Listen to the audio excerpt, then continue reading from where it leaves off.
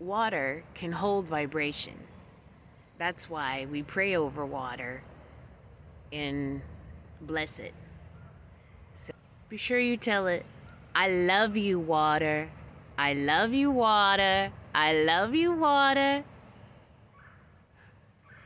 Clouds are water vapor too. When you see clouds, tell them you love them, that they're beautiful.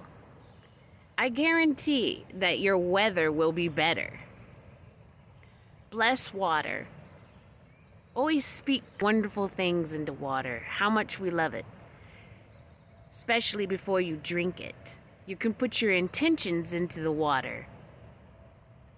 Because we are 70% water after all. And water is the neatest thing in the whole universe.